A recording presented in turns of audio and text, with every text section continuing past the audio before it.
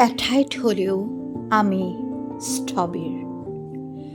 খন্তেক সময়ৰ বাবে ঘূৰি চাব লাগিব এৰি অহা পথ, মানুহ, সময় আৰু সকলো।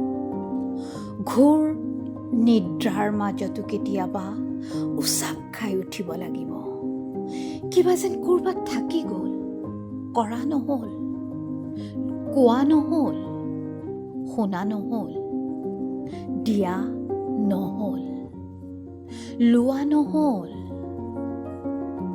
জীৱন আৰু মৃত্যুৰ দুয়োটাৰে ফিলচফি বেলেগ। জীয়াই থকা মানুহেও মৃত্যু বিচাৰে, মৰণমুখী মানুহেও জীয়াই থাকিবলৈ বিচাৰে। বিচৰাৰ সীমা নাই। দেশ, আদৰ্শ, কৰ্ম, পথ আজি এক কনফিউজন মাত্ৰ।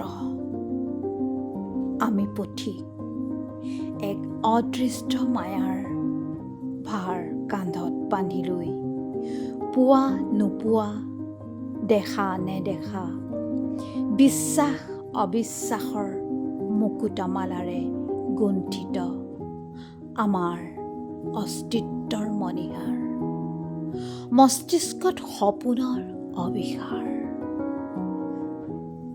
জীৱনৰ নিৰ্মম অবাধ অত্যাচাৰ।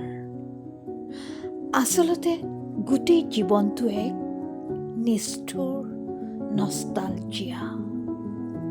কেতিয়াবা জীৱিত, কেতিয়াবা বিচলিত, কেতিয়াবা মৃত। জীৱনে অবৈধ অশৰীৰী প্ৰেম।